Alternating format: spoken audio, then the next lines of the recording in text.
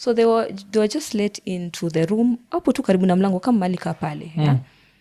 Then they were like, Mnyindo, we're sorry to say, but Jonah is no more. Yeah, he passed away. Yani, my life, I don't even know how to describe it. I felt like everything fell apart. Sema pia kitu ya kutokuwa na marriage certificate is dangerous. Yeah, because again, it's not automatic. It has to be, your marriage has to be registered for you to be recognized as a wife. Hii story yako ni scary. Niko najua, cause mimi niko najua nikishajaza next of kin. Iko nzuri. Si lazima hata niandike will. Imagine bado lazima uandike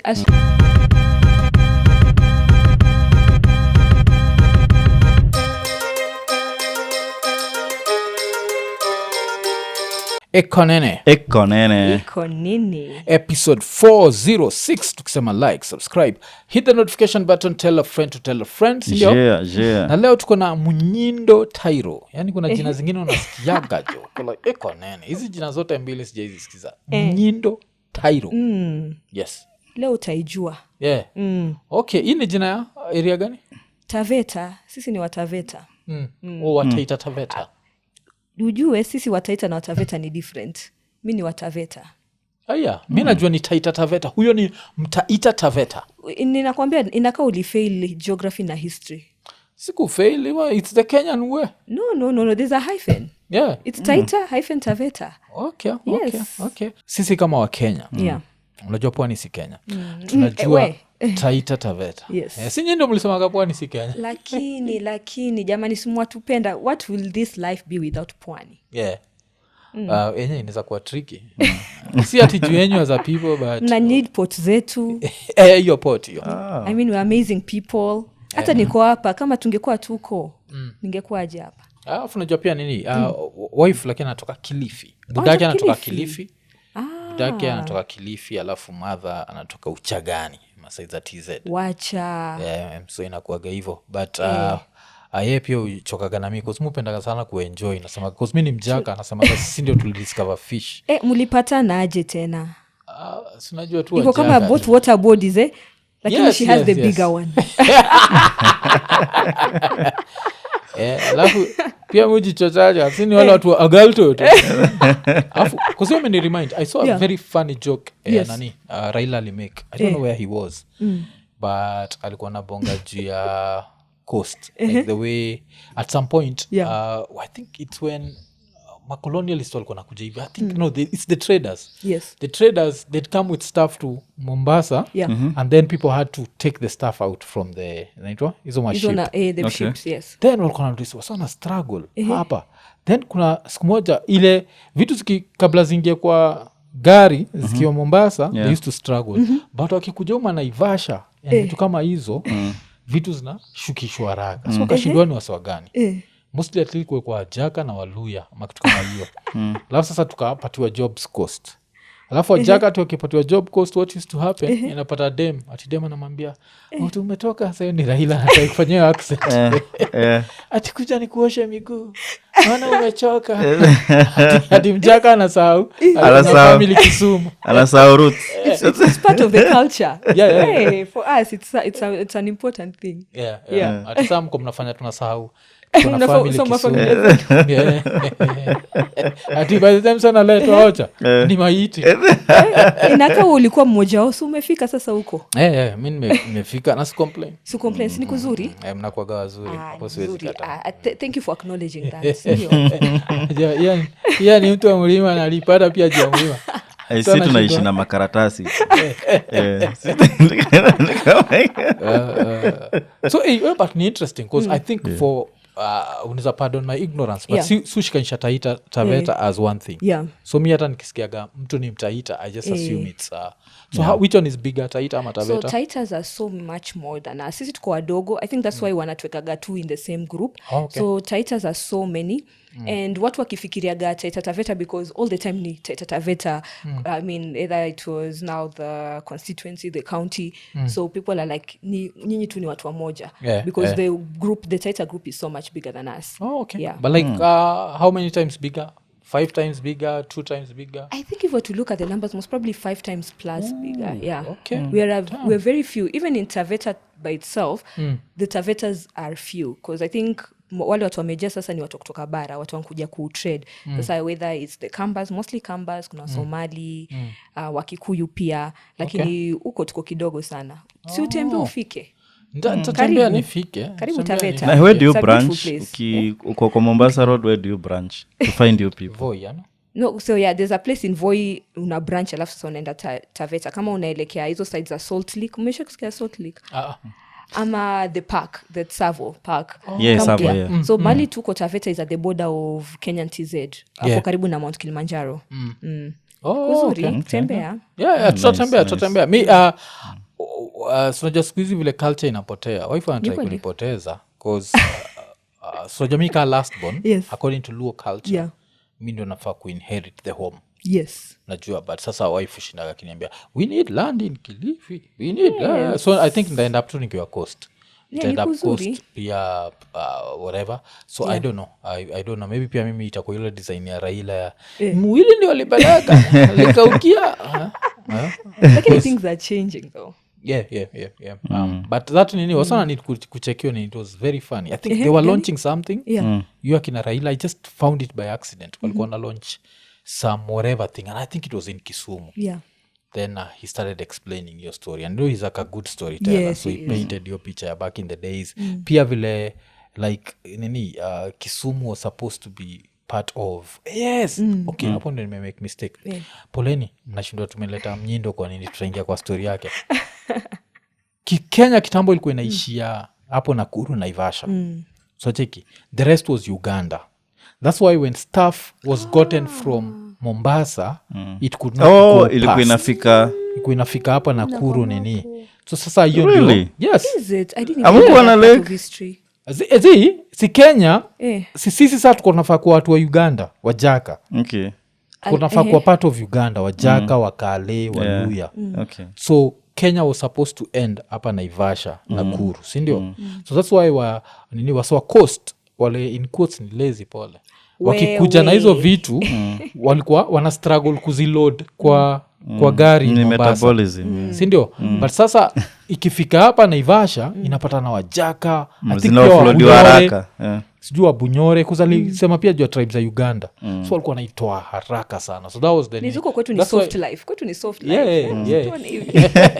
That's why Idi Amin wanted to reclaim up to Naivasha. Unajua hivyo? Akaambua wewe, hapo alitry kureclaim time ya Kenyatta hizi kuachia land. Kenyatta actually alifika US akasema anataka tu a military parade. Wow. So hizo ma aircraft za US zikakam zikafly around the tukakaa tuko na reinforcement and there was nothing of the sort. Okay. But kitu moja jo mimi kama Mjaka, asanteni kwa kutufanya tukue wa Kenya. Wajaka Uganda tungesurvive. Manga yetu tungesurvive na manga yetu. But so tuko na Mnyindo TAIRO na hii jina yake jo inaniremind vitu zingine, inaniremind watu walikuwa na trend jo. Nimekwambia please usiconfuse, yangu ni Cairo but with a T. Oh damn, okay. Okay, as long as you don't I hope you don't sell cars, You wanna know? Just ensure. Jika unauza gari watu wana T hapa nje. Yeah, watu wanashangaa shindwa jo kunaendaje. So Mnyindo iko involved kwa stories za life insurance. Unajua watu wengi tukiangalia life insurance from outside tunakuwa like kwa nini jali juu ya watu after nimededi. Like why does the average person who can afford it need a life insurance? So you see, life insurance is very important because angalia, the one thing people need to remember is life is a journey. Yes. Tunazaliwa tuko age 0, hatujui tutaishi mpaka lini, right? So ni lazima tujue haya. Sasa niko mahali niko na familia yangu. So kuna familia yako, kuna bibi, kuna watoto. Na unakuja hapa una hustle, unapata do, right? Lakini the one thing hujui ni maisha inaweza kuendaje because again nobody knows how the future it can be very random, you know. There's the way you can plan and there's the way it can happen. So kwa hapo you can imagine uko na bibi una watoto wawili watatu, alafu kitu ifanyike kwako. God forbid umeenda, yani umeenda umesema bye world, nime cross over to the other side. Ukicross over to the other side, see on the other side you cannot provide an income, you cannot protect, you cannot provide for watu wako, lakini siku wa bills imeisha. The bills still are ongoing, and you see the moment ule mtu ambayo is the provider hayuko, watu huteseka sana, and we know how it happens in the African culture.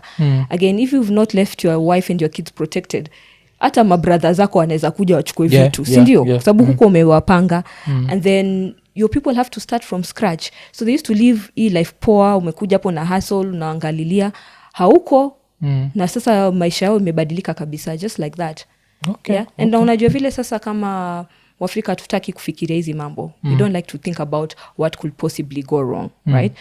And just because of your avoidance, then when life actually happens, sasa vitu ziko scattered kila mahali, watu wako disorganized, and watu kama kuna kitu watu hawajui ama labda watu wanajua na wana choose not to face it, is even when someone passes away, people are with you during just that time of mourning and the funeral. After that you're on your own. Hata kama unajua kuna marafiki zako wanataka kusaidia familia yako, lakini wako na hiyo budget.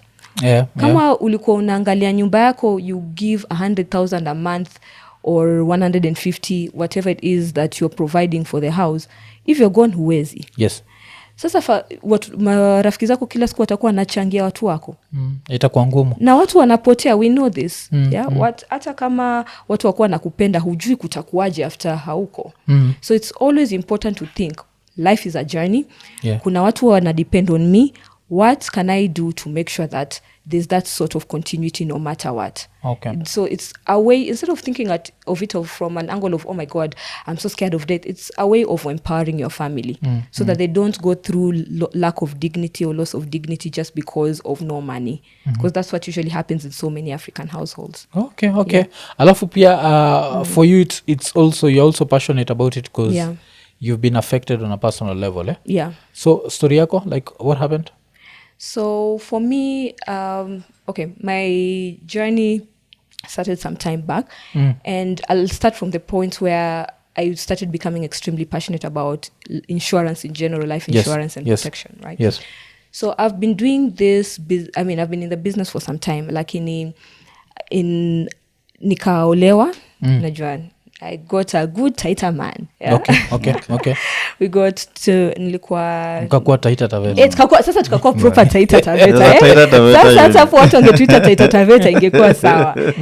And then we got a child. Life was good, and at that time I had taken a break from work. So I was a stay-at-home mom at that time. So my husband was providing for everything. Then COVID hit in 2020. Nobody saw it coming, right? Ilikuja ikatuchapa.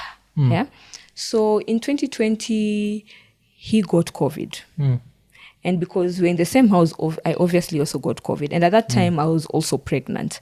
I was about 32 weeks pregnant.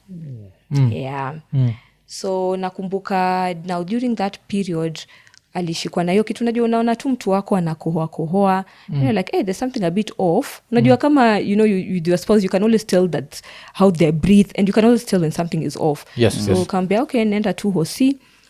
Akaenda hosi, alipofanywa hizo test ndo akapatikana na COVID. Then pia mimi nikaenda nikafanywa test nikapatwa na COVID. But I didn't think it was going to be that serious because we were young and we are healthy. But my goodness, things went so fast. So let's just say like now the time I think he was diagnosed like around the 21st of October 2020.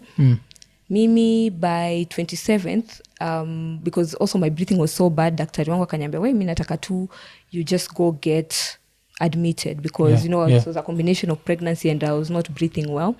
So 27th nililazwa, niliacha bwanangu nyumbani, nilimwambia goodbye. Then he was like, you know what, I promised to come and get you from the hospital because even though tuliachana tuliambia tu bye kwa room, kamwacha home, mimi nikaenda hosi.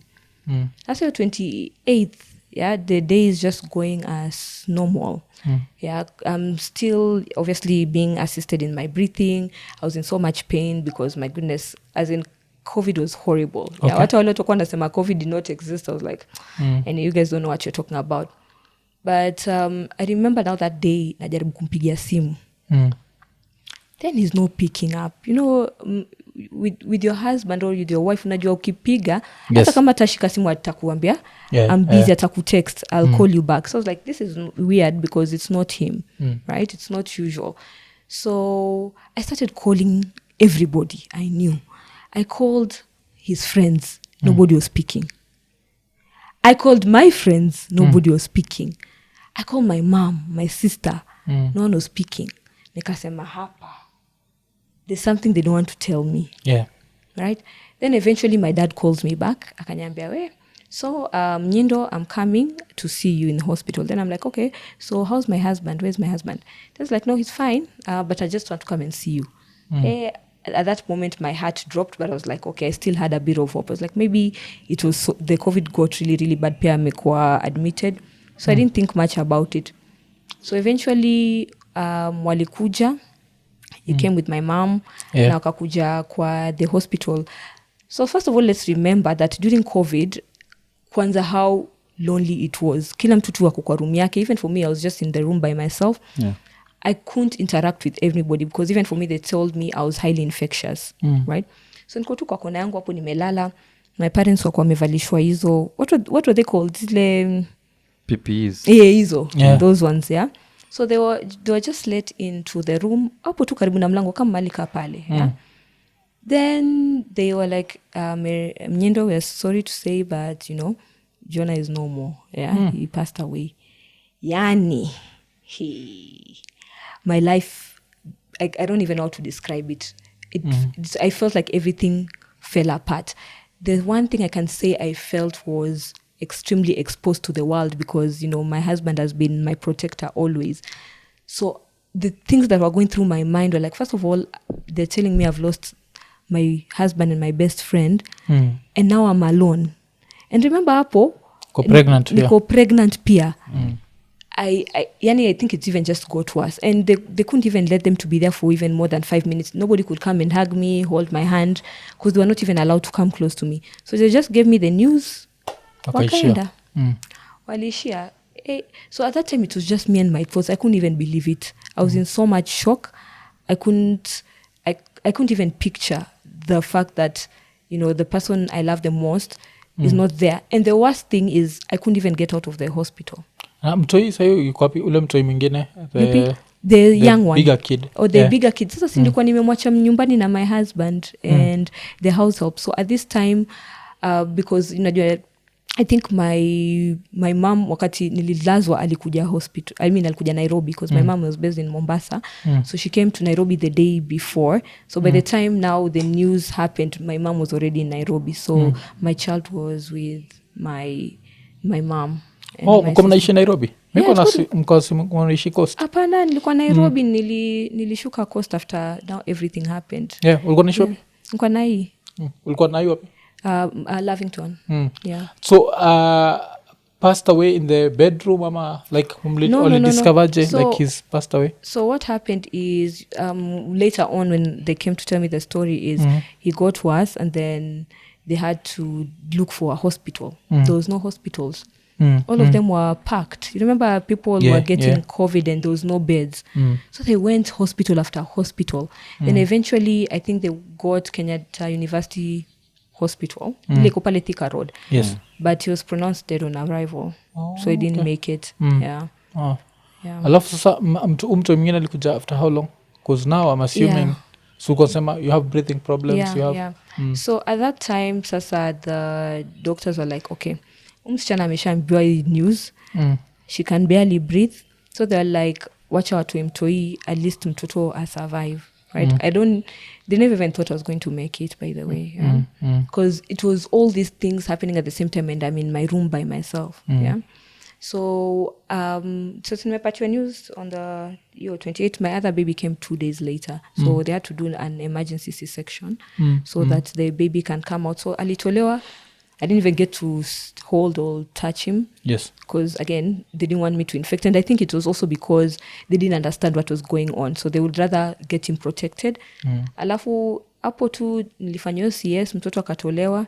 Then nikarudishwa tu back to my room. Yeah. Alafu, what was the treatment regimen? Because uko nasikia, watu kwa nasema tu ni isolation and then everything it's just your body to fight it kuna watu wanasema mtu ako anapatiwa dawa like what was it was a lot of medication right because sasa after azaliwe my body was getting weaker and weaker so I had to be put in the ICU yeah that's the worst place that someone can be because in the ICU hakuna windows you're just like in a box doctors just coming to check on you. You even wonder if you're going to come out alive because even when I was at the ICU you see people being rolled out dead you even wonder if you're going to be next. So ulikuwa hosi gani? Mpisha. Okay. Mpisha. So what happened is now obviously now there was the isolation and then there was a lot of medication that was pumped into me and then I even remember there was a point that I also had to have a blood transfusion. I don't remember why but it also happened. So I was in the ICU for almost 2 weeks. Yeah. Na ukiamka unamka na bill ingine ajabu. Nili unamka na breathing problem. Yo. My bill was humongous. My God. The worst thing about life is no one wants to know you're mourning. They still want their money. Yeah. No, the doctors don't maybe even if they care but again at the end of the day they still need to get paid. Yes. Right? So the bill was humongous. I think it was almost 4 million. Yeah. During that time because I was in the hospital for about a month. Yeah. So it was just a combination of so many things. Yeah. And then now at that point, I'm so grateful. You see now this is the beauty about now Kenya, Africa and the poor community. So people raised a lot of money. Yes. Like I think it was over 2 million people raised. And then part of it also came from NHIF at that time. So NHIF was working by the way. Okay. So it did pay out some amount and then a bit of the amount was paid by my medical insurance but my medical insurance only paid for the pregnancy because unakumbuka COVID ilikuwa covered na insurance at that time so they only paid the part giving birth and then part of it now from my husband's workplace wali release some of his money and then part of it because we had a life cover when it paid out it was used to clear the rest of the bill. Okay your time life cover yenye ilikuwa donga pikoni how much exactly it was. Okay. But it was, let's just say, it wasn't that big, but it was enough to help me clear the bills. Okay. Is this what now made you want to do your life insurance? Because your cover ilisaidia, whatever ilisaidia. Because kumbuka, I told you I was a stay-at-home mom. My husband was providing for everything, right? Nilikuwa ninafanya biashara lakini it was not like my business was giving something so significant that could contribute to the house, right? Yes. And now after I saw what I went through is when I was like, my God, I'll never have thought I'll be a widow at 30 years. But it happened with 2 young kids, a 1-year-old and a newborn. And now I have to start life afresh. Kulikuwa na ile new normal ya COVID na mimi niko na new normal that I'm starting a life without my late husband. Yes. So it was a very, very hectic season. And for me, because there was a bit of money to even sustain me for about a year, I didn't have to think of, like rent or food or all of these things. Yes. I kept on asking myself, why don't people, talk about these things and just put these things in order? For us, by the way, we didn't buy it because we thought of anything. We were just buying it to tick a box. You're like, hey, we're planning to get married and get kids. Aya, nini tunafanya? Aya, emergency fund. Aya, life cover. Tuko na pension ya uzeni, pension. So we're just doing it to tick a box. We could definitely have been able to afford more, but we never think about something like this happening. Yeah. Okay. Alafu uli move to Coast after how long? Like after, because umetoka hosi, did you attend the burial? I couldn't. Okay. Because you see, I was in hospital for a month. They didn't even know. Sasa nilikuwa na ventilator, I can't get out. And they didn't even know, first of all, if I was going to get out okay. And secondly, they didn't know how long I was going to be in hospital, so they can't keep a body for that long because you don't know how long it's going to be. So I literally had to watch my husband's burial through YouTube. Okay. That's later, man. It was a Christian burial. So they shared with me the link. I found it hard to watch. Even till today, I found it hard to watch. I still sometimes I can't believe that it happened. Yeah. Alafu sasa now, you come out, there's this ridiculous rent because Lavington's in a ridiculous rent. So ilikuwa ikuchukua how much nini kudecide wacha sasa nitoke Nairobi nitoke. So I was in, let's say, for another extra 3 months. right? And then I just wanted to start afresh. I just wanted to move and clear my mind. Just zingine change of environment inasaidia because there was so much. Yani it was so tough because unajua sasa unaenda supermarket, unajua kama umezoeana na bibi yako ama bwana yako, kuna vitu umezoea kufanya pamoja, and there are places ukienda you just start picturing them. So for me Nairobi got hard. It was so hard for me to be here around. Even I think the space ile mmeshare corridor ni napatana vitu za okay. So nakutana, so sometimes you just need a place where you can just now start your healing journey. Okay. Yeah, because you see there's now the healing of the body and then there's the healing of the soul. Yes. Yeah. So katoka Nairobi ulenda straight wapi after Nairobi? Kilifi. Ulienda Kilifi. Yani koko mali bibi yako yuko. Kule anatoka. Ametoka, sorry, yeah. Why not try kumpeleka Kisumu seat? Kisumu, how's that going? How's that going? Yeah. Okay. So ukaishia Kilifi, then job, ukaanza kutafuta job ama what happens? So remember nilikuwa nimeanza biashara. So when my husband was still alive, alinifungulia biashara because I was so already passionate about now planning for families and putting people's things in order. So it was like, it would be good for you to have, even if you're staying at home, you have a purpose on this world, and your purpose is more than you just being a wife and a mother. Yes. And I met you when you were working and you were passionate about this, so nitakusaidia mali naweza, so that now you can do the things that you actually enjoy. Yes. Right? Yes. So akanisaidia, he helped me with getting the laptop, my first phone, because that's where my business started, and helping me with the registration of the business. So the business was already there. So now after I moved, now I had to ask myself a lot of questions, because now I'm the one who's taking care of these children, right? And you can only feel sorry for yourself for a certain period of time, because at the end of the day, nobody's coming to save you. Yes. Even if they love you and care about you, they might not be able to afford their families and yours. So I was like, okay, I'm here during this period. So now what can I do? Because I already have the business. Yes. And now I'm far. I mean, busy ilikuwa? Busy ilikuwa gani? Lerisk Africa. Okay. Go tushaanzisha kitambo.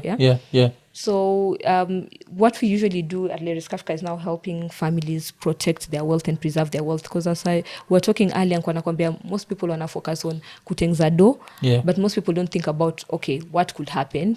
So I need to create structure on how to protect. So mimi ndikuwa na focus mostly on the protection, so helping families, and I also have an insurance agency, right? Yes. Yeah. So sasa niko uku, I'm now trying to figure out, so what next? Nikajiambia sasa this is the business I already have. I had to look at what do I have in my hands. Right? Sometimes you don't even have to reinvent the wheel. Yes. It's like, okay, what are the assets I already have? So I have the business in existence. I'm very smart, right? I'm very good at what I do. Yes. And the one thing now I had to learn was maybe social media, because I was like, majority of my clientele are in Nairobi, na niko coast. So how can I reach my Nairobi clientele from Upper Coast? Nikaanza sasa kulearn vitu kama now Instagram, it was mostly Instagram, actually. That's where I started. And then, so I was learning it through YouTube, just free now videos to just learn how to start it. Then I just started having conversations like, guys, it's important to, plan your wealth and plan for your family, because it's not even just about the money, it's about your family's dignity and their well-being, and for them to be able to walk with their heads high no matter what happens. You never want your people to start from scratch. Yes. Yeah. Okay. And so e time unasema ukiwa online, what are you doing? Is just having the conversations and then people consult you baadaye ama? Yeah. So I use the online platform mostly to educate. Right? Because we realize a lot of people don't even understand how insurance works. And insurance, hata tusiende mbali, it has such bad, horrible, negative perception. Yes. Hata mtu akifikiriaga insurance, hata mtu akikupigia simu aseme mimi ni insurance agent, hata unataka tu kukata simu. Ama ukiona wamesimama hapo kwa supermarket, you want to go to the other direction. But it's also because most people don't understand how it works. And you see, most people fear what they don't understand.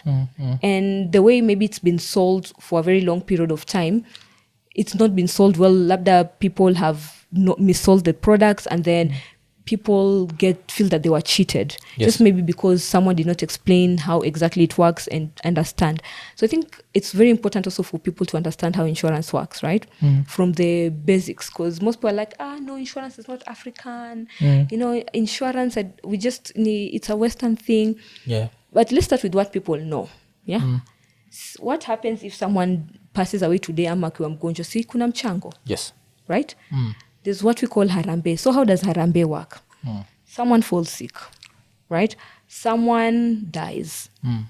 So we come together as a community, whether it's our family members, our friends, to contribute for maybe if someone is sick, is for them to help with the hospital bills, right? Yes. So we all come and, bring this money together. So the amount of money we eventually contribute is what is going to be given to this person to take care of them. That's what we know. That's the model we know. Yes. Something happens, then we react to it, then we go and now start contributing. Insurance works the other way around. It's like inverted. It's like insurance ni reverse Harambee. Because Harambee, something happens, tunachanga. Insurance, we know for sure every day there'll be someone who will die. We know there'll be someone who falls sick. Tunajua kutakuwa na gari itagongana mahali. Yes. The only question is we don't know who will be affected, when and where. Sindio? So tunasema because we know this is going to happen. So wacha tuchange before. Yes. And then ikifanyikia mtu, pesa itamlipa familia yake ama itamlipa yeye. So remember now with this one, the contributions is being done before. So the money is in a pot with the insurance company somewhere. So if any of us who are the members who've contributed, if anything has happened to you, sasa, there's going to be a compensation to you. So that is the difference between insurance and, hii yetu ya Harambee. So one inasemaga hii yetu ni crisis management. Tunangoja kitu ifanyike, then sasa ndo tunaanza kujisort. Sasa tunaanza kutafutana. Because one naambiaga watu, hata hii Nairobi, in a lot of these hospitals in Nairobi, if you don't have insurance, you have to look for maybe 100,000 to just get admitted. 150. How many people have died in the reception just because of no money? Yeah, right? But if you had insurance, that means that it gives you access to the hospital, right? So that's how I usually now look at it. This one is crisis management. This other one is what we call risk management. It's important in life, even as you're planning anything, to know there's a possibility of something going wrong. Yes. And then you plan around it. It's just like, unajua unaenda trip. Sasa unaenda huko Kisumu, huko kwenu, right? Ukipanda gari, no matter how good a driver you are, utavaa seat belt. Yes. Because again, you could be a good driver, but unaweza kupata manga. Ajagonge gari. Right? So it's good to know, okay, I am driving to this area. So let me just put the seat belt on, because something could happen, something could not. But I want, in the case it was to happen, me and my people are not affected in the car. Yes. Right? Compared to unakatu, because you're like, no, I believe everything is going to be okay higher. If life happens, then what?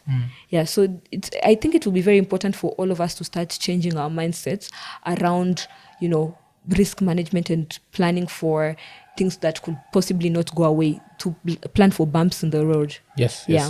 Okay, alafu pia I think kuna story kuna sema like when you started dealing with insurance, there's one case that now really pushed you to think about life insurance. Yeah. So your story iliendagaje? So nilikuwa na client wangu, I like to call him Sam. It's not his real name. Yes. I call him Sam. So Sam amekuwa referred to us where it is that I was working before. Alafu Sam alikuwa nakujia kutafuta motor insurance. So he had his new family, like things were going so well for him. So at that time he was starting his own law firm. And then also in addition to that, he had just gotten his car. So I remember when we were doing his insurance for the car, his insurance premium ilikuwa inakuja kama 200k. Yes. Yeah. I was like, oh my God. At that time, even my salary was a very tiny percentage.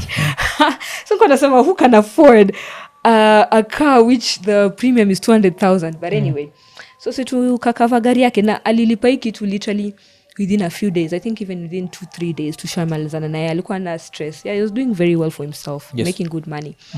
Alafu pia alikuwa na because you're starting his own law firm, alikuwa anapata kitu inaitwa professional indemnity, because even as a lawyer ukikosea mahali we sued, it's a wrap, yeah? Yes. So now when you're having a conversation with him, you know, when I talk to my clients, I just like to know where it is that they're at in life, because I don't like prescribing something before I understand. It's like going to a doctor. Ukienda kwa daktari alafu akupatie tu dawa before kukuongelesha. So you'll be like, unamshuku, right? So we were just having a conversation, and he was telling me the way he's so happy. He just got his newborn daughter. At that time, actually, she was about 6 months. Yeah. And then the wife, how they'd gotten married not too long ago. He was having an amazing time used to do monthly trips with the family, yeah? Like kwenda kama Naivasha, Coast, like, yeah, it was just his thing, the lifestyle he had for his family. So he was like, the way I have pictured for my family, I want to do the best for them. Like, this is why I'm working so hard. And you should have seen how he was talking with so much pride. Yani mpaka leo ninamuona hivi, yeah? Yeah.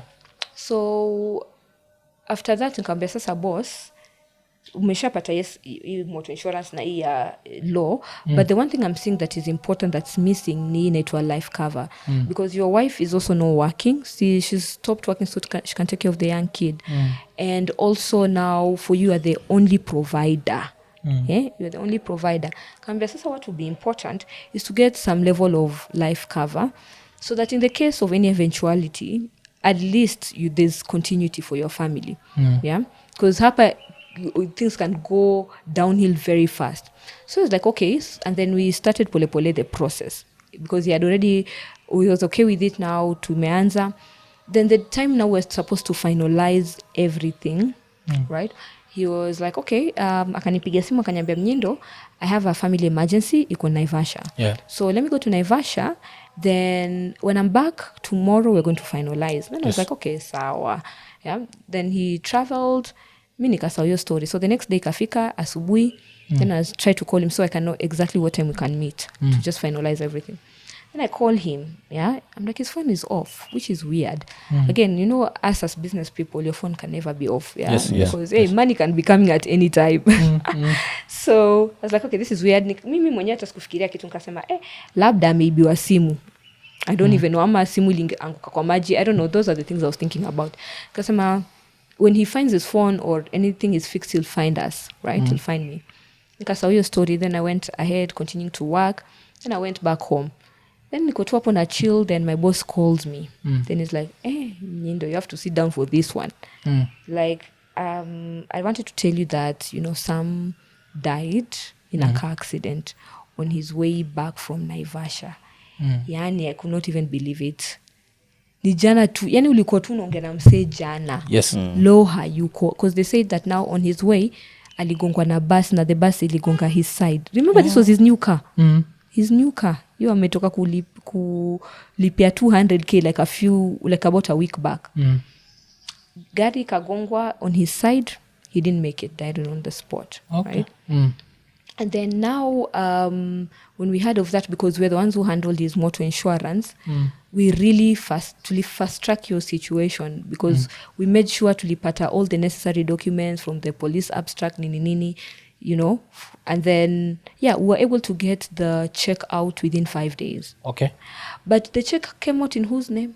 His name. His name. Because whose car was it? It was his. So you see, when you are getting insurance, you have to show ownership. So the ownership was him as Sam. So when the check comes out, it has to be paid to him as Sam, but now Sam is gone. Yes. So if he's gone, what does it have to do? It has to go through the courts so they can decide who is going to get this money. It's not automatic. Hata kama uko na bibi na watoto, na hauko umeandika will, hauko uko na trust, inamaanisha it has to go through this Kenyan courts. And you know how the Kenyan courts are. We don't have enough judges, and it can take such a long time. We know people who've been in court for years and years, na hii kitu haijaisha. So the one thing I remember, because we went to meet his wife, and she asked us, you know, did he have a life cover? We're like, no, he didn't. He didn't have it. So the only thing now we have is the money that is coming from the car, but you can't access it until you start the court process. So you can imagine the wife is going through all this drama. You can't even think straight. You don't even know where to start. hizi story ya kuenda kusijui unaenda kutafuta chief, having to go and look for a lawyer, because most people don't even know the process of now starting that succession process. Yes. Yeah. So you can imagine someone is going through a confusing time. Sikwa, you don't need a roof over your head. Sikwa, you don't need food for your child. Nakumbuka, this lady was not working. Yes. Yeah. Oh, yeah. She was not working. So she could only stay in the house until the end of that month. Even the landlord can empathize, but he also wants his money. Yeah, right? At some point. Yeah, so that's what eventually happened. I think it took like about 4 years before they even had access to that money. I don't even, because I ended up leaving the place, so I don't even know how she was surviving. Maybe she had to be dependent on well-wishers when your husband used to be pretty wealthy. And the worst thing is having money and have no access. Kwa kama unajua kuna pesa pale kwa account lakini siwezi kuishika. Alafu pia sinini hiyo time unajua pia kona survive na deni, maisha ukipata hiyo deni ni useless. Si ndio hivyo sasa. Because you have to repay maybe a lot of things. Exactly. Because ukipata mara ya kwanza unaweza invest, unaweza but wengine ikiwa nini. Basi sasa sinashindagwa tukienda kwa bank siweka next of kin. Bado next of kin lazima ende kotini. You understand? There's a difference between next of kin and beneficiary. Next of kin means if something happens to you right now, this is the person who will be contacted. Yes. That's it. Ni contact tu. Si ati account ni yake. Next of kin ile tu. Ni tu sasa. Si sasa labda wewe uko hosi. Kama umekabia kwa next of kin, all they're gonna do is just call your wife and notify her. Shit. Yeah, so uko nafikiria? Ati next of kin inamaanisha kaya na password zangu za bank anaendelea tu. So nza chukua hii check I deposit, alafu she starts using the money. No. First of all, I'll give you my experience even now with the banks, right? Because again, so tumesema next of kin is now the person who's going to be the carrier of the information. And then we have beneficiary. So beneficiary, the person who can receive proceeds. But you can only receive proceeds directly from a life cover. That one does not go through court or a pension. Pension proceeds. Yes. Everything else, hata kama ulikuwa unajua na hizi money markets, uko na investment bonds, uko na mashamba, zote lazima they go through courts, right? Okay. So, imagine. Bamba vile unaita next of kin carrier of information. Hakuna kitu ingine, ni kuambia tu. Mtu anaweza kukuambia, I made you my next of kin. You're like, he loves me. Kumbe di tu information too. Next of kin, whatever you do with this information is up to you. Exactly. That's sad. Yeah. I like all along. Mimi nikijua next of kin. They have access to the account. So hata wakiendelea ku access the account, they actually breaking the law. Yeah. Because if they have my password and they have everything. Exactly. So unaona sasa kama like let's say for me. See, I have young kids and I'm like, okay, I know my husband had money in his account. Sindio? Because we are very open with each other regarding matters money. Right? Yes. So that's the one thing I'm so grateful for, because watu wanafichana sana, and then even when your person passes away, you don't even know where to start. Right? Anyway, so nimeenda kwa bank, nienda na marriage certificate, kana na death certificate, nikanda na ID yangu, kasema, I know my husband has an account here, and these are the account details, I want access. And they're like, we can't give you access. It doesn't matter. If hata ukituletea marriage certificate, it doesn't matter. They said, nenda kotini, malizana na process, alafu ukishamalizana ukipata na hiyo confirmation of grant, that hiyo letters of administration, ndio sasa utukujie. So hii confirmation of ina happen aje? Like nikienda kotini, who am I meeting in court? Is there someone arguing on the other side? Like what's happening? Okay, so let me give you now from my experience. So kwanza, let's even start with the process. The fact that I didn't even know you had to go look for a chief. So for me, I had to go look for our chief to go and notify them that this has happened. So first of all, nipata sub-chief akandikia letter chief akandikia, like it was going up the ranks until now you get that final letter. So now your lawyers can start that process, right? So what happens is now with succession, because again, remember, one inasemaga, there's already rules and regulation on how your assets are going to be distributed. Kuna venye wife anaweza kupata, watoto anaweza kupata, maybe even your mom, your sibling, whatever it is, right? And again, so when you go to the courts, unaenda kwa koti, alafu now obviously unakutana na judge, uko na lawyer wako, unakutana na judge, and then you start the process, and then you have to now they have to now actually make sure that you are an actual wife. Yes. Ndo nasema pia kitu ya kutokuwa na marriage certificate is dangerous. Yeah, because again it's not automatic. It has to be, your marriage has to be registered for you to be recognized as a wife. So most people unajua kwa katika now these are the customary lakini customary kusaidiangi kotini. Mi nimeona like some of my widow's friends going through it. Customary is very dangerous.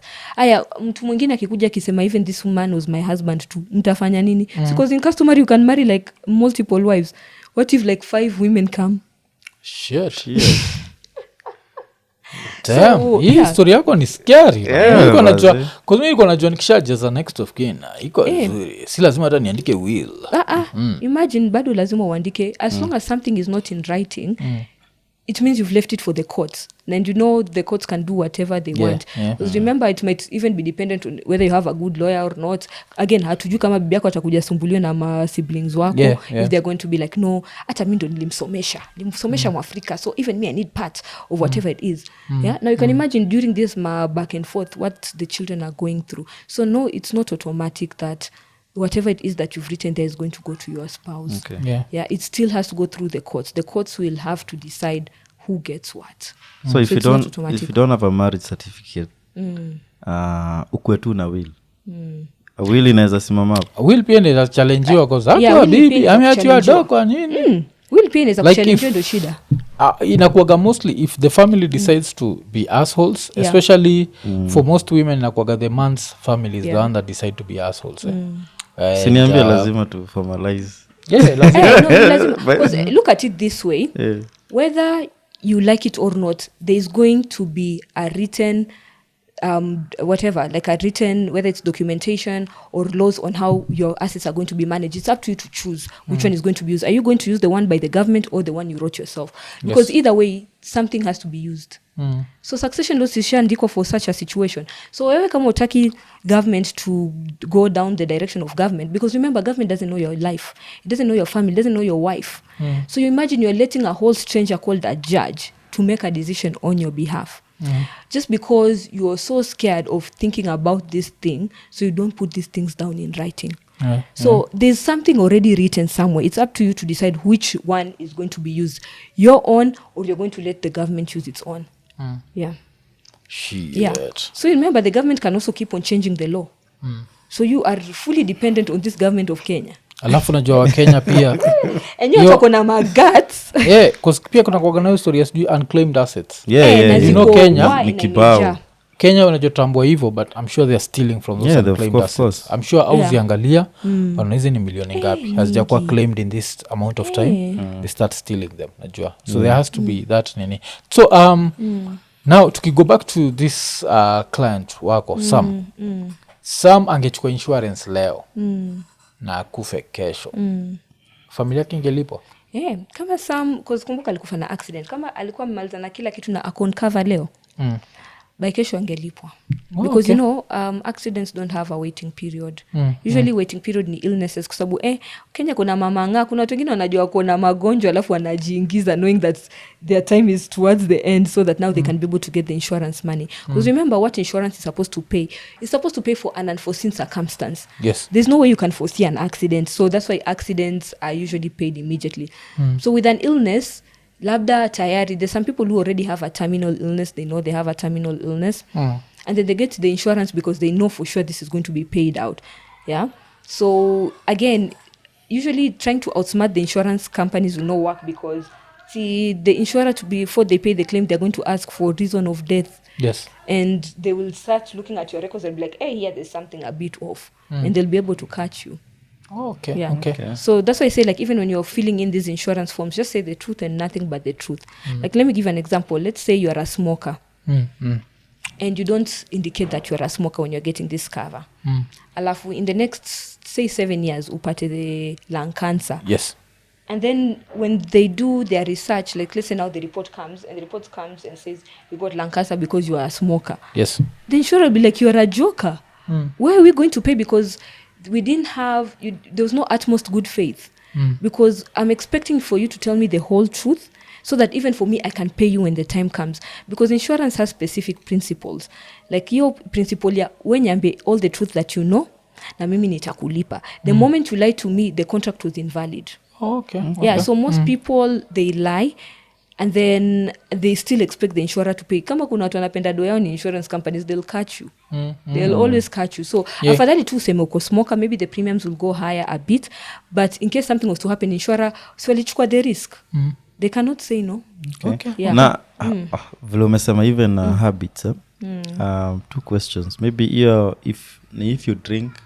If you drink, drinking now, unless you have like a proper drinking problem, like they'll even ask you those questions, like have you even had to go to a doctor because of a drinking problem? Okay. So most probably, if you are someone you can say who drinks a lot or an alcoholic, maybe the premiums will be put higher. So what usually happens when you're applying for life insurance is either it's going to be accepted as it is, or there's going to be something called a loading. They'll be like, umseni high risk. Yeah, just like let's say for example someone is a biker by profession. Those bikers are very high risk, because hapo unaweza kupata accident, na kupata accident, the chances of your survival are low. Si kama when you're inside a car. When you're a biker with that 2-wheel thingy. Yes. Yeah. So for them, after their premiums are going to go a bit higher because they are higher risk. So they either accept it with a loading, or kabisa, if they find out that you are not saying the truth in some things, or there's something a bit off, they can deny it. Okay. Yeah. So it's you who's proposing to the insurance company, please cover my life. Right? And then the insurer is the one who's going to be like, okay, I accept or I reject it. Okay. Yeah. Another thing unasema unprecedented. Sema wewe ni mwizi na siku za mwizi ni 40. Yes. On your 40th day. Yes, the 40th And day. I've been nimekuwa nikilipa premium zangu, sichelewi, stuff like that. And my time has come. It's my 40th day. Yeah. Maybe mob justice ingine is safi. So what happens? Hautalipwa because you broke the law. Okay. You have to understand, like, everything is a contract, and everything, because the law, first of all, is the fundamental contract. Then now there's the contract with the underwriter, right? So if already you broke the law, we're not going to pay you. Okay. Yeah. And the good thing is these are all written down in the policy document, because one big problem is what was omangizo policy document. Wananunua, alafu they're like, oh my God, naona kama nilichezwa. But when you bought that thing, did you read and understand what it is that you bought? Yeah. Because again, I always say, please put so much energy in these insurance policies like you put in your employment contract. Because here, if life was to happen, this is something that's supposed to come through for your family. Yeah. So uko hapo unanunua kitu hata ujui nini umenunua, and you're paying for it for the next 15 years. Okay. Yeah.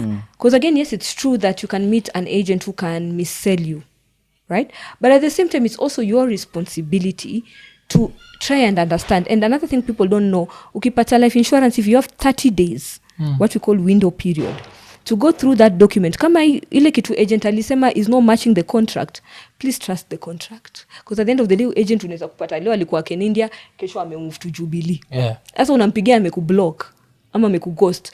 Sasa uko hapo umebaki na hii contract which he missold you, but again there's nothing much you can do because the contract was between you and the insurance company. So within those 30 days kuna mtu alikudanganya, you can cancel it and get your money back. Na sasa nini vile uliza mwizi, lazima niulize just scammer. Unajua proving that someone was a scammer is much hard. But let's say someone is classified as a scammer and then they are murdered because they scammed someone. Yeah. Hatujui waliscam nani. Iko tu kwa news mtu inakaa aliscam mtu and that's why they were killed. Does the family still get money?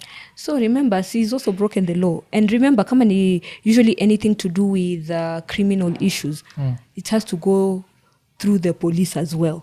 So it might end up taking so long, and then eventually if he's found guilty, there cannot be any payout because you already broke the contract. I can't pay a contract that you broke. So even when you are buying these things, you really, really have to understand how it works. What can be paid, what cannot be paid. Because again, remember, if you are a scammer, you are a thief, and you're getting this thing, chances are you're also high risk because there's people who are looking for you. Yeah. Sasa imagine, sasa it's double jeopardy for your family because first of all, you're being killed, and then hata hiyo policy yako is not going to be valid. Okay. Because it's illegal. Alafu insurance iko na stories za PEP, politically exposed persons. Is that there? It's usually someone is supposed obviously to say that they are, a politician. But even with the ones who we've worked with, it's there, but most of the time it's not an issue. Okay. Yeah. Okay. I think maybe the one that can be an issue. Nakumbuka kama ile time watu wanaenda maandamano. Because another thing people don't know, kama ulienda maandamano na ulikuwa na life cover na ulikufa hapo, utalipwa. Because it's written in the policy document that if you have gone intentionally because you made a choice, because unajua there is a chance that you might make it, you might not, because unaenda maandamano unaweza kutana na mapolisi hapo udedishwe, right? And now you chose to get out of your house to go to maandamano. If you're killed in maandamano, it's not going to be paid. Yeah. But ikikuwa zile random bullet kama there was that lady, what's her name? She's called Margaret Obuya. She was a doctor and she was accidentally shot. Yeah, that's a different case. Hiyo sasa hata nini. Yeah, but insurance nini? Unajua tukisikia hii story tuna understand kwa nini yule Muamerika aliangusha. Okay. But now tell me. Life insurance inawakaje? Lazima mtu adedi? Because I think what scares people about life insurance ni watu wata benefit kanisha adedi. But what else does it cover? Okay. Like life insurance. Ama ni so, are there types of life insurance? Yeah, there's types of life insurance. So let me just explain to you how life insurance works, and then we can go deeper into what maybe are the other benefits that someone can access using a life insurance. First of all, it's important to understand what life insurance is for. All of us have what we call an economic value. That means that there's an amount of money you're going to make in a lifetime. Yes. Right? There's an amount of money I will make in a lifetime.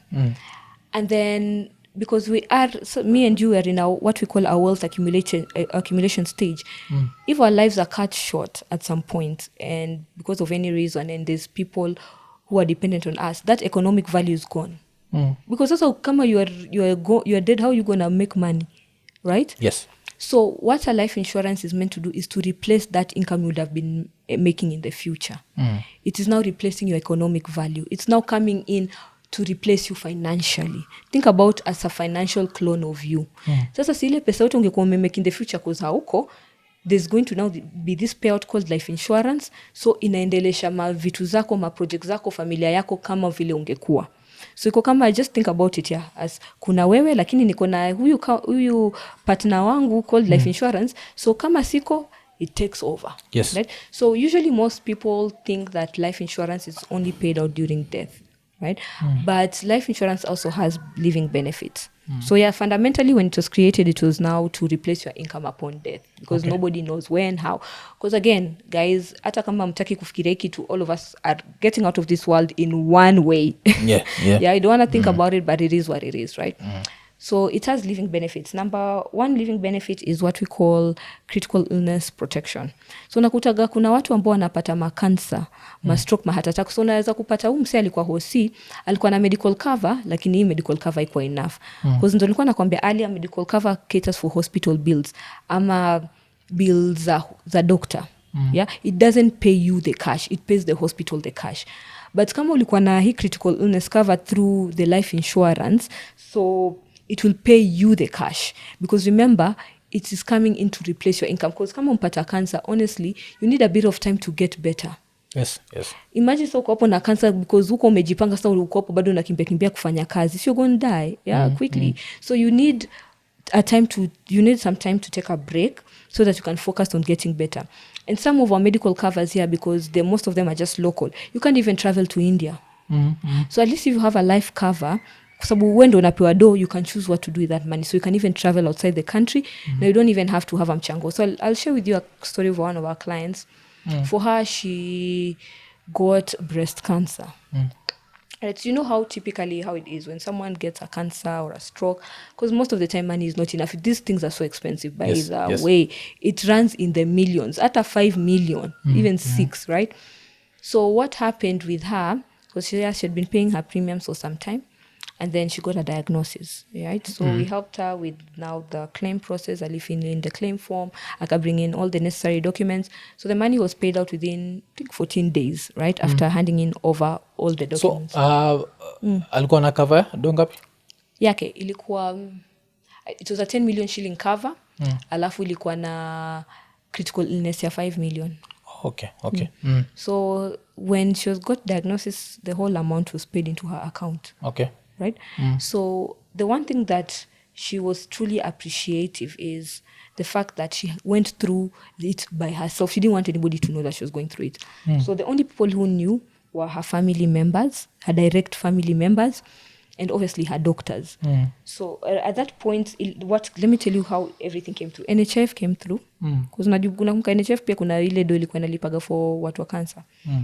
Her medical insurance came through. I think with the cover she had, medical insurance ilimcover till like about 1 million. Yes. Alafu sasa si akona hii pesa ingine kando.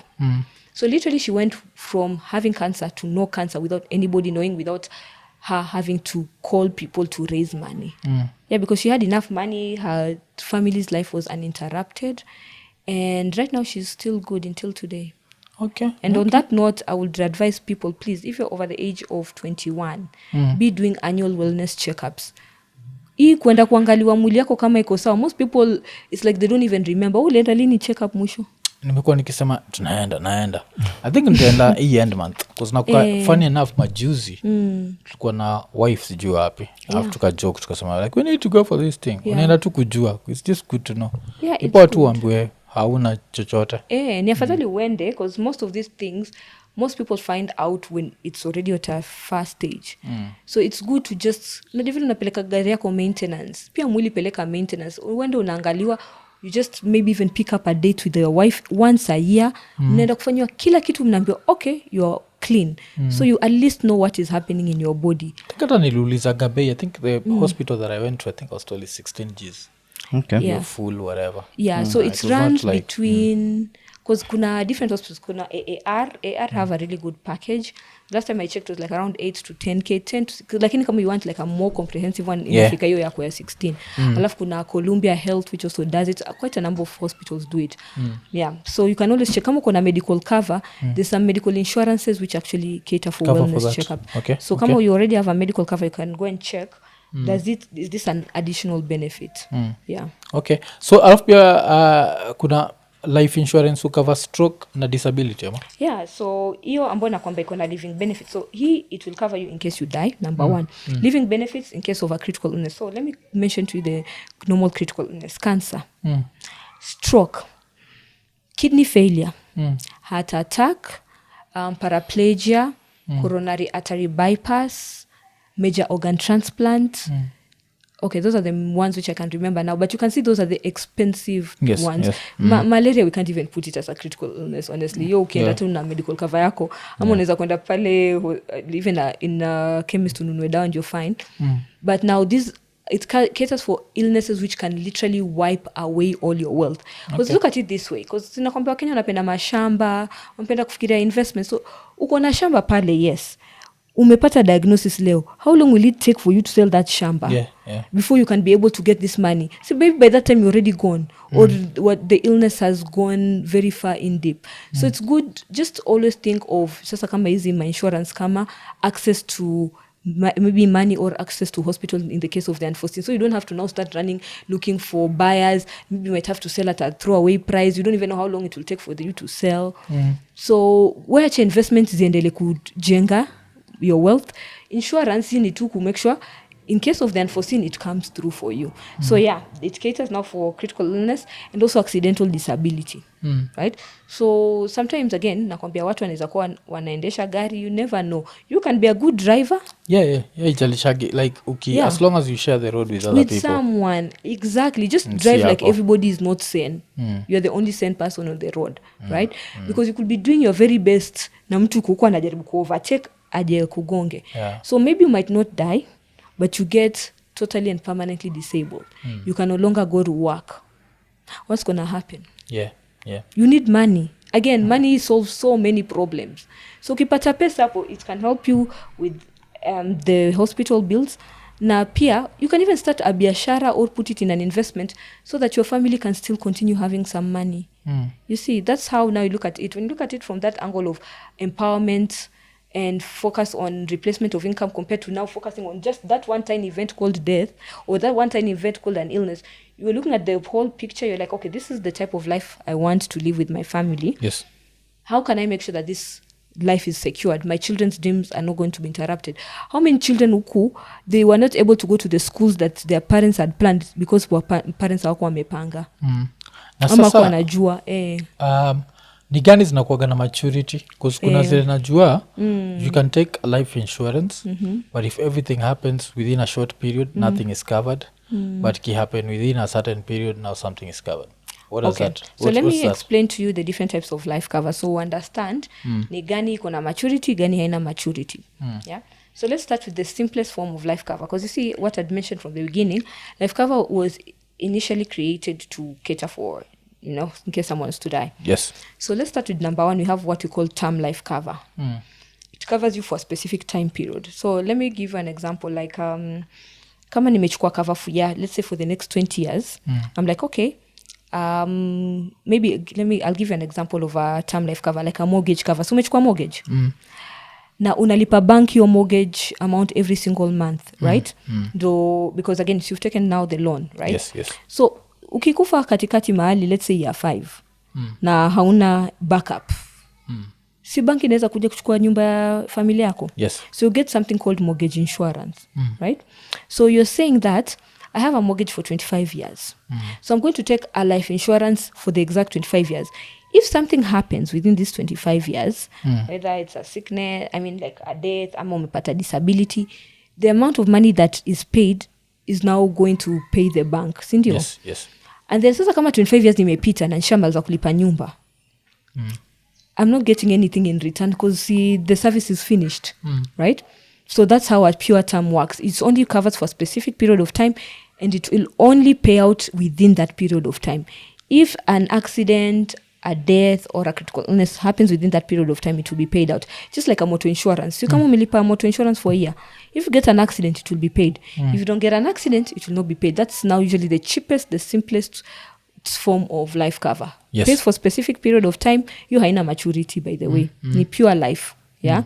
Haina a savings element. Yes. Ina work tu kama motor insurance, all these other insurances. If something happens, there's a payout. If nothing happens, there's no payout. Ndio nilikuwa nasema a good example ni your mortgage protection. Okay. Right? Okay. Because at the end of the day, you've already gotten your house. There's no need to continue protecting, right, from the bank. Number 2, we have what we call a whole life cover.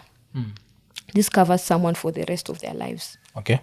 That means that it will definitely pay out because we will all definitely die. Yes. Right? So it's really good for both protection planning and inheritance planning. So let me explain to you how it works. So just kama hii term life, unajua vile unaweza kulipa premiums for the next maybe 20 years, right? If something happens within those 20 years, kumbuka sasa labda hapo kuna watoto wadogo, maybe they are 2 and 1, you need to make sure that those children are protected for the next at least 20 years. Yes. Paka tumalize uni, so that their life is not interrupted. So if anything happens within that time period, the money is paid out and your family can continue, you know, living life the way it was before, right? Without changing their lifestyle too much. Inamaanisha mashule hawabadilishi. It means that they don't have to now all of a sudden downgrade the house. Unajua when people die na hakuna pesa, so many changes happen. Yeah. Sindio? Yeah. So, kama within those 20 years something has happened, there's a payout. Kama within those 20 years nothing has happened, you stop paying the premiums, lakini the life cover is ongoing for the rest of your life. So hata ukienda at 80, at 90, at least ni inheritance. Yes. Si kwa pesa imeenda kabisa. So nakumbuka part 1, no payout kama hiyo 20 years imepita. Yeah. But 20 years imepita unacha kulipa, lakini cover is ongoing paka ile siku you're like bye bye world. Yes. Yeah. Alafu we have number 3.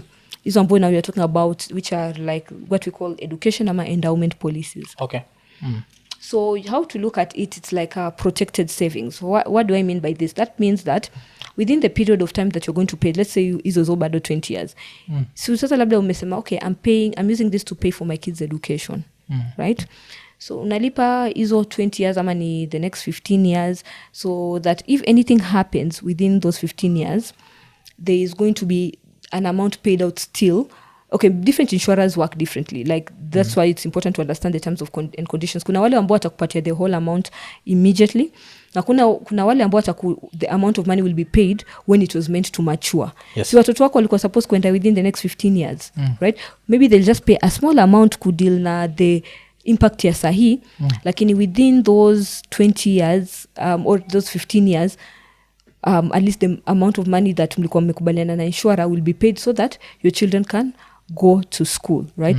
So again, this one will be paid out in the case you are to pass away, or even if you are alive. So let's say within those 15 years you're still alive, right? So as long as you've been paying this amount of money every month, nata just keep pata moja, 15 years imepita, unapata lamsam yako, unaenda kulipa.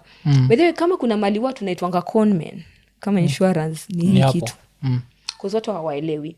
So unajua, the thing is that insurance doesn't work like an investment. Unajua ukiweka pesa kama kwa kitu kama money market, kama ile siku na nidido, I can go and withdraw it. But with a life cover, the way it's been structured, you cannot just pull out your money. It's a long-term product meant to protect you for a long period of time, the way it's structured. So saa zingine what happens is umechukua kitu ya 15 years. Year 3 umekosa kazi, umefutwa. Sindio? Unaenda kwa insurance company, unaambia, by the way, ninajua niko na pesa yangu hapa, so nipatie do yangu. The insurance is like, hata hujamaliza 3 years, all the money is gone, I can't give you any money. Okay. No, most people don't read the terms and conditions. So if you've only contributed for less than 3 years, so 3 years is the usually for most insurers. Kuna wale wengine hata wanasukuma mpaka 5 years. Wale ambao nasema you should have contributed for 5 years for you to get any access to this money. That's why nasemaga usinunue kitu uelewi. Hata kama mtu anakubritia hapa kwa shingo, anakupigia $1,000,001 times, please don't buy something you do not understand, because for us, even mali sasa pale risk, we do a lot of insurance reviews. Watu wamenunua policy hawakuelewa, alafu sasa wanafika mahali they're like, oh my god, this is not what I thought this thing is.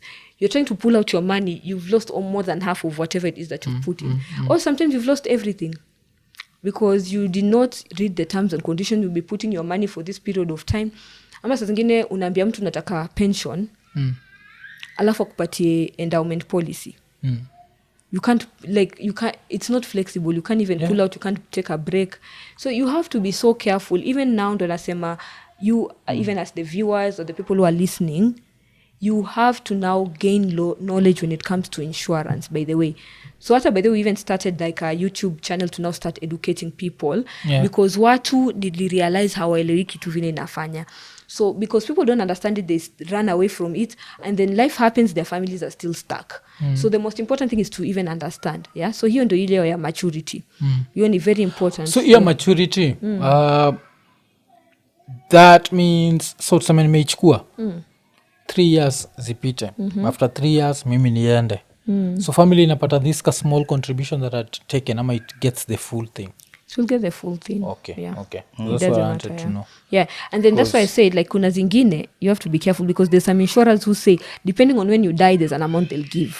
So you have to know what exactly you're getting. Not all, even endowment policies are built the same. Some are better than others. Yeah. So you have to know what exactly you're getting yourself into, right? I myself, I don't do it. I don't get endowment policies because it's not my thing. Me, sipendagi my savings to be stuck somewhere. So I get my pure life cover. Okay. Just for because you get so much bigger protection for a smaller amount. Let me give an example. Yeah. When I started now my journey again, because I'm the sole provider of my kids, right? And my family.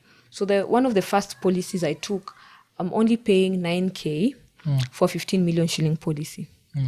So in case anything was to happen to me, that's 9K a month, like yeah, 9K a month. So that's about 108 per year. 108 a year. Lakini ukilipa lamsa unapata hata ka discount. Yeah? Okay. Yeah? So mi wanalipaga once a year ndo nisahau. So nikilipa hiyo, if anything God forbid happens to me, my children are going to get that amount of money, and it will still continue taking care of their day to day. So I've bought others even after that, because the more my income increases, I just buy another one, right? As part of my overall plan. But you see, if I wanted a 15 million shilling policy, endowment, I would have to pay, I think, about 70,000 a month for the same 15 million. Oh, a month? Yeah. Because you see it has a savings element. Kumbuka ukicontribute pesa kwa endowment, part of it inaenda kwa life insurance, because remember life insurance ndio hiyo iko supposed to pay in case of a death, critical illness, disability, and then part of it goes towards savings. Right? So iko kama unapatia insurance company wa kusavie pesa, alafu amekwambia huwezi kupull out pesa yako mpaka maturity ama umededi. So you need to know. For me, I love my flexibility, so I'm like, I'd rather minimize the cost for my insurances by getting a pure life, an amount of money hata kama sina kazi ninajua hiyo pesa naweza kuraise, alafu the rest I just invest, the flexibility of investing. But usema hii pure life bado ndio waga ina cover akina cancer na ina cover hizo zote. Cancer na akina stroke na nini. Okay, ina cover hizo zote. It's really good. So kuna hiyo, alafu kuna what we call funeral cover. Those ones are now become very popular because I think watu sahi I told you earlier, people are suffering from donor fatigue. The one thing, as I said, I love about us and our community is the fact that we are always there for each other. But now sometimes life happens and watu wanne are sick at the same time, or maybe 4 of your friends, their family members have passed away at the same time. Utachangia nani wache nani? Because unajua unataka kucontribute lakini you have limited resources, because again nyumbani unangojewa, kuna biashara unajenga, right? So you want to help but you cannot help to the amount you want to help with. Right? So it's important now to think, because as I said, that's the direction everyone is taking, especially for family members or big groups. It's important to get funeral cover, because in case mtu akikufa leo, usually within 2 days the money has been released. Kama umeleta burial permit na umejaza claim form, within 2 days pesa imekuwa released and it can be able to take care of the funeral arrangements. So hata kama mtafanya a bit of a mchango lakini si that much. Hiyo ni funeral cover, ndio? Hiyo ni funeral cover. Because pure life natokanga after how long mtu akisha dead? Like 10 to 14 working days. That's funeral takes within 2 days, because remember with even this other one, the life cover requires a death certificate. Funeral cover does not require a death certificate, only a burial permit. Hiyo inaweza kutoka almost immediately. Right? Alafu pure life mtu weka beneficiary, weka next of kin. Hiyo neka beneficiary. You at least uko sure pesa itaenda directly, hakuna mambo ya koti. Hiyo pesa inakuja directly to your people. So kama let's say watoto wako sini, how old are your kids? Just one. Ako 9. So sasa sunada uko na 9-year-old, yeye ni underage. Ukiwaleta na watoto na watoto wako under the age of 18, hata kama umeweka beneficiaries, they can't receive that money. Yes. Because according to the law of Kenya, children under the age of 18 cannot be given access. So it means then you have to leave a guardian. So you can leave your wife as the guardian, the natural guardian for your child. Right? But one thing we are seeing in Kenya, I remember I brought it up, is watu wanagopaga kuacha mabibi zao. I don't know why people have like some sort of, I don't know if it's like lack of trust or whatever it is. I think it's both ways. It's both men and the women.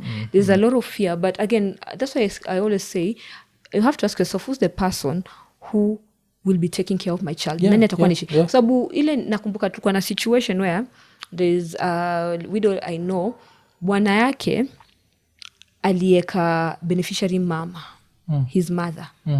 So when this guy died, see obviously pesa inaenda kwa mama. Do you know this wife of his with 2 kids kupata ndururu?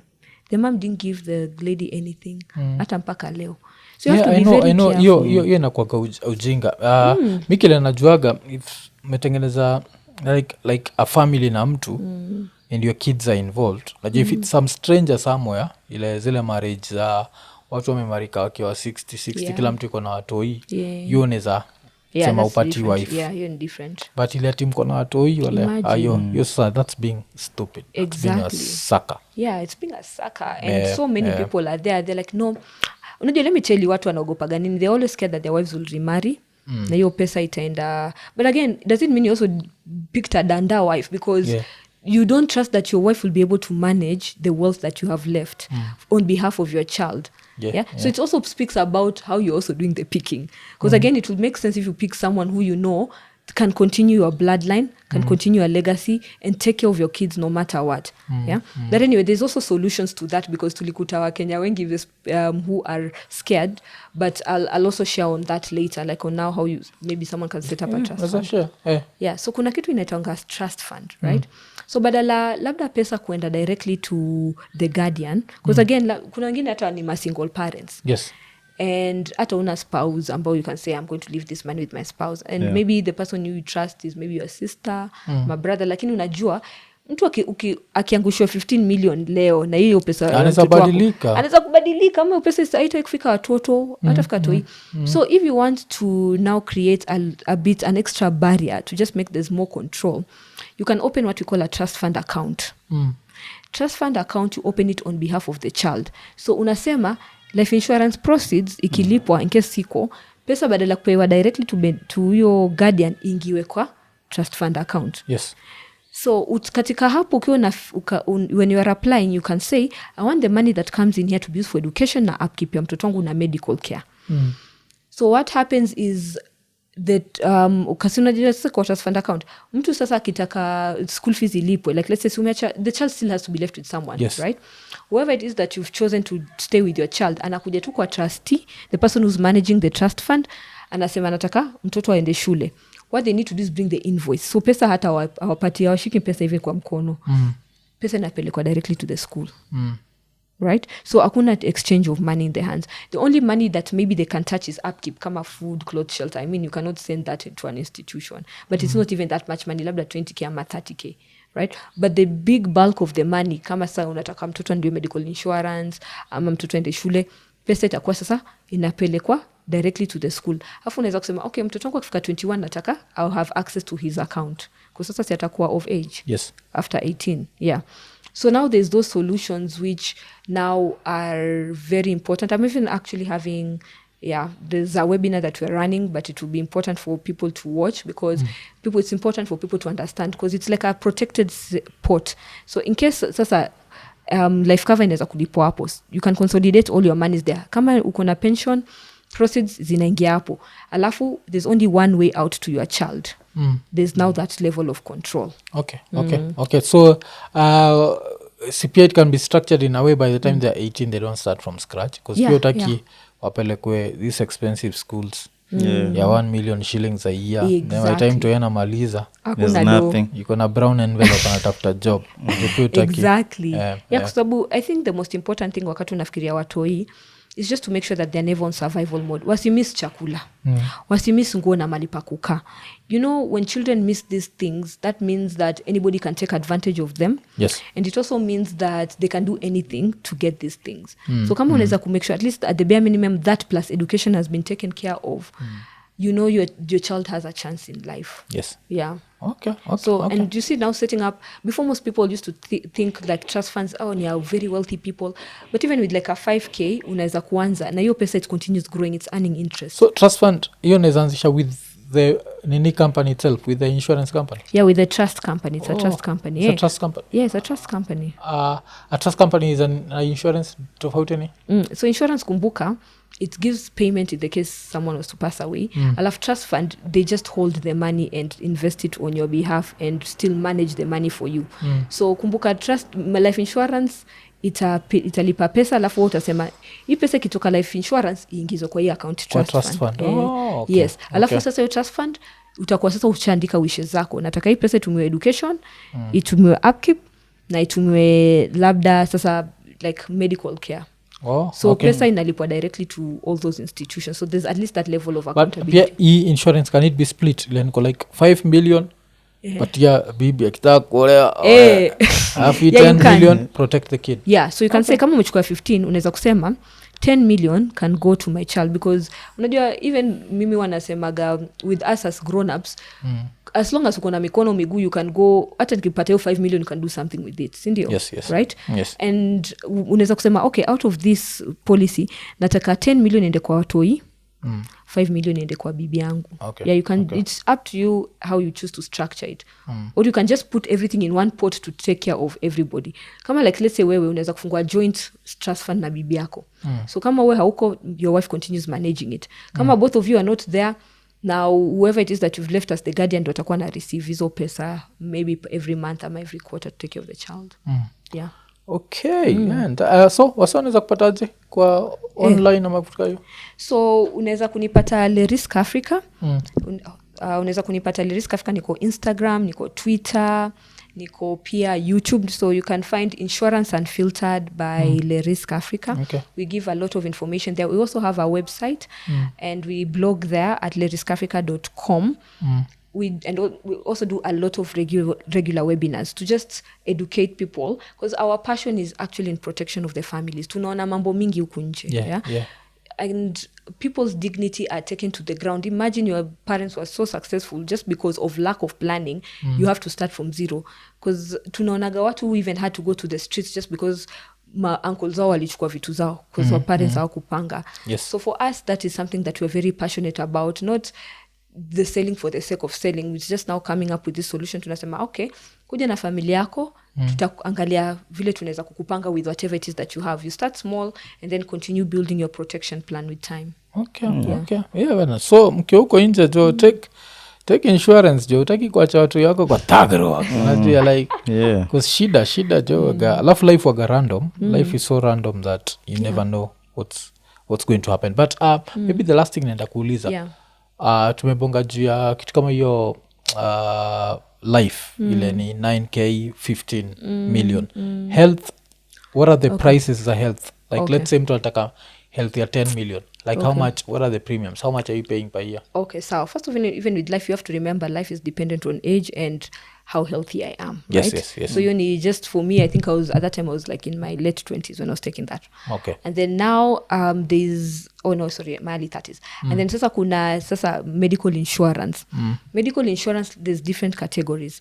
Kuna budget covers and there's premium covers. Okay.